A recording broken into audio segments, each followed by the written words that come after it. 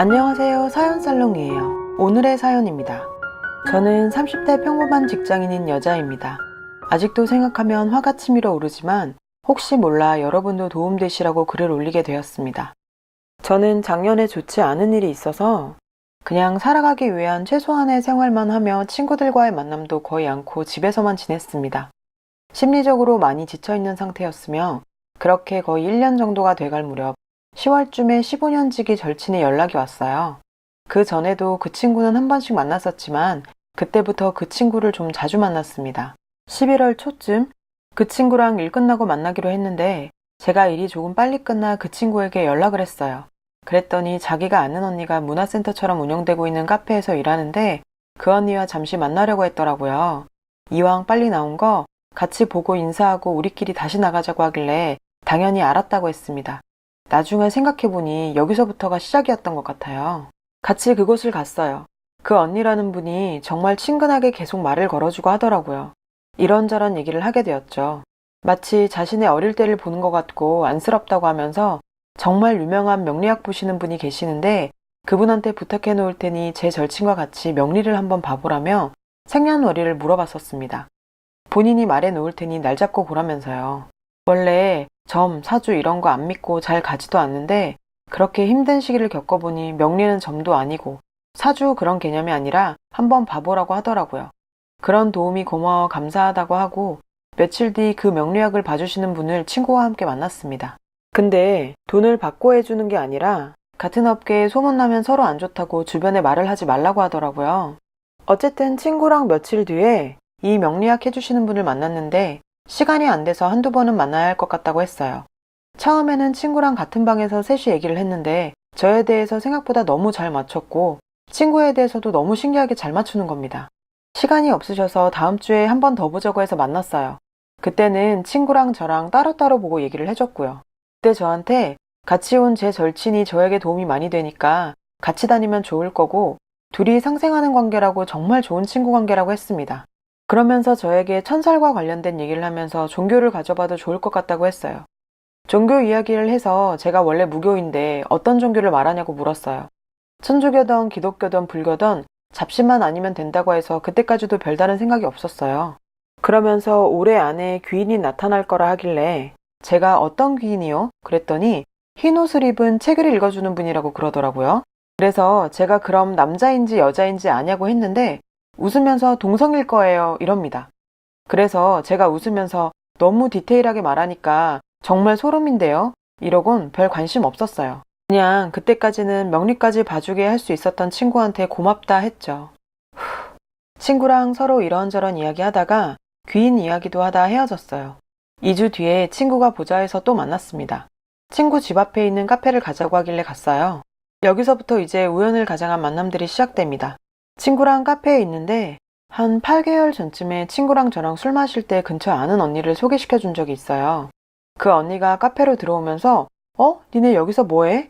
이러면서 우연히 카페에서 만난 거예요.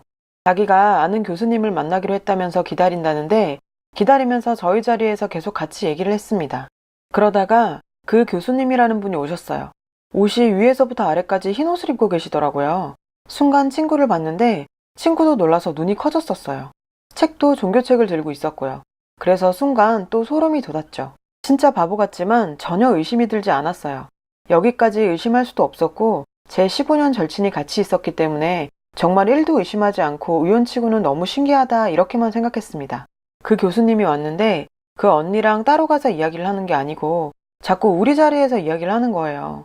근데 그냥 의심 없이 친구랑 그 언니랑 오래 만났고 교수님도 저희랑 얘기하는 게 즐겁다고 했어요. 좀 이야기하다 둘이 이제 가봐야겠다고 하고 나갔습니다. 근데 교수님이 심리학과 교수님이었어요. 제 친구가 요즘 안 좋은 일이 있다고 해서 그 교수님에게 자기 심리상담 좀 부탁드릴 수 있냐 했습니다. 처음엔 그 심리상담을 같이 할 생각이 없었지만 저도 그때 심리적으로 힘들었으니 같이 해보자 했어요. 그래서 며칠 뒤에 또 친구랑 같이 그 교수님을 만났습니다.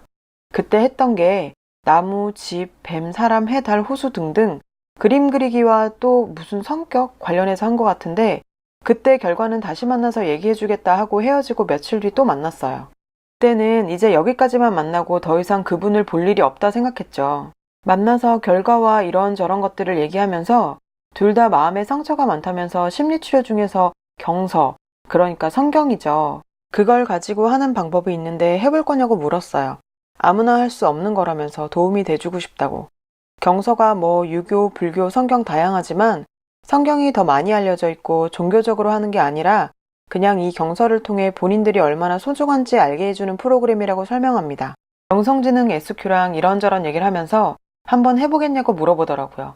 본인이 시간이 안 돼서 한 2, 3개월만 볼 수도 있다 해서 그 정도의 시간이면 제가 괜찮을 것 같아 처음에 망설였지만 한번 해본다고 했죠. 전 성경으로 한다기에 그냥 성경에 나와 있는 좋은 구절을 인용해서 그 사람의 가치가 소중하다는 걸 깨우쳐 주려고 하는 심리 프로그램 정도로 생각해서 별 의심 없이 한다 했습니다. 그리고 다시 한번 말했듯이 제 옆엔 15년지기 절친이 있었으니까요. 그리고 나서 11월에는 일주일에 2번을 보자 하고 12월부턴 3번 정도를 보자 했어요. 어차피 뭐 2, 3개월 정도만 해주신다 했으니 그때부터 친구랑 같이 일주일에 2번 정도 봤는데 처음에는 바로 성경으로 안 했어요. 좋은 이야기를 많이 해주시고 좋은 영상도 보여주시고 그냥 이런저런 이야기를 했습니다. 그래서 정말 좋은 말을 많이 해주고 하길래 고마운 마음과 함께 믿게 되었죠.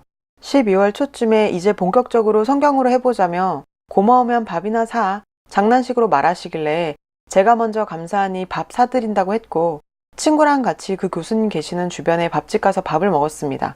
다 먹고 근처 커피숍을 가려는데 거기서 우연을 가장한 만남이 또 그 교수님이랑 친구랑 가고 있는데 교수님한테 전화가 오더라고요. 이 교수님을 소개시켜준 그 언니였어요. 자기도 그쪽에 친언니랑 같이 있다고 합니다. 자기 친언니가 심리학과를 전공했는데 요즘 그쪽으로 좀 힘든 일이 있다네요. 이 교수님한테 조언 좀 구할 수 있냐고 묻는다길래 저희가 가는 카페로 오라고 했죠. 그렇게 해서 저 친구, 교수를 소개시킨 언니, 그 친언니까지 5명이서 같이 보게 되었습니다. 어차피 제 친구랑 교수님을 소개시킨 언니는 원래 알던 사이였고 뭐 상관없으니 같이 이런저런 얘기를 했죠. 그 친언니가 그 교수님이랑 심리학과나 뭐 현재 심리상담을 해주면서 겪는 고충 이런저런 얘기를 하더라고요. 자기도 그 NLP를 같이 들을 수 있냐고 부탁해서 그 교수가 저랑 친구에게 같이 들어도 상관없냐고 물었어요. 그래서 그 언니까지 오게 됐죠. 본격적으로 성경으로 시작할 때 셋이 같이 하게 된 거예요. 처음에는 진짜 전혀 이상한 것도 없었어요. 좋은 구절 읽어주면서 너희는 소중한 존재다 말하길래 솔직히 마음의 위안도 됐고 친구랑도 정말 좋은 분인 것 같다 했습니다. 2번째 성경으로 했을 때는 종교라는 단어를 한자로 쓰면서 능수능란하게 성경에 대해 풀어나가더라고요.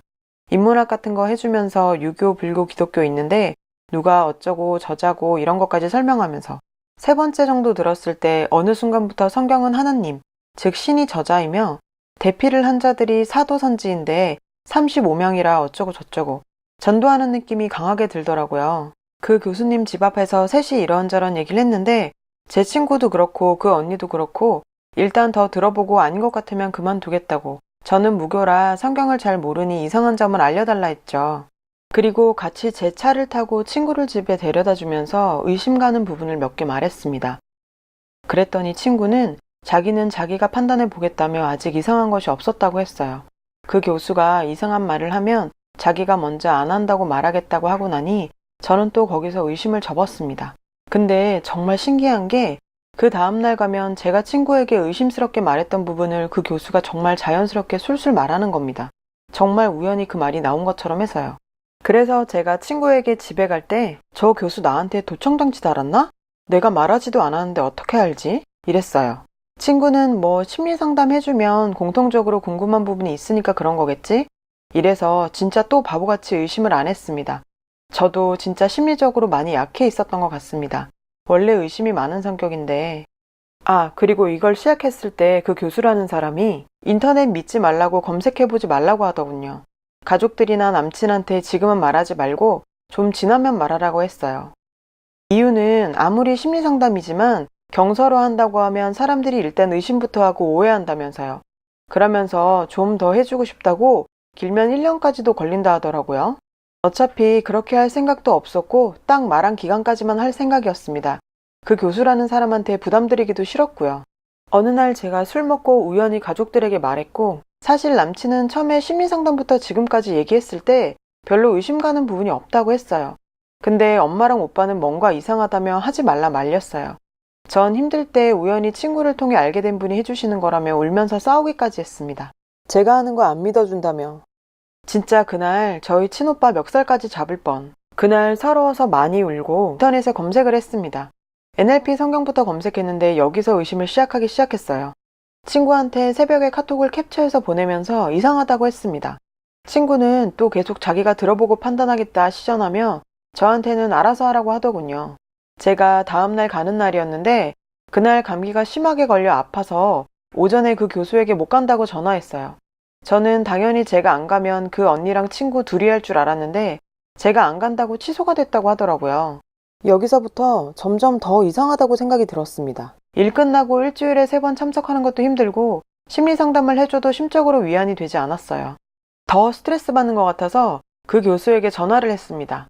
도움 주셔서 정말 감사하지만 전 오래 할 생각이 없다고 말했어요. 그때 가서 말하면 안 좋은 상황이 될까봐 정말 죄송하고 감사하지만 올해는 못할 것 같다고 했어요. 그랬더니 알겠다고 하면서 지금이라도 안 하고 싶으면 안 해도 된다고 했습니다. 하지만 걱정돼서 그러니 해볼 때까지 해보고 정 안 되면 안 해도 된다고 해서 또 의심을 접었죠. 붙잡는 게 아니니까.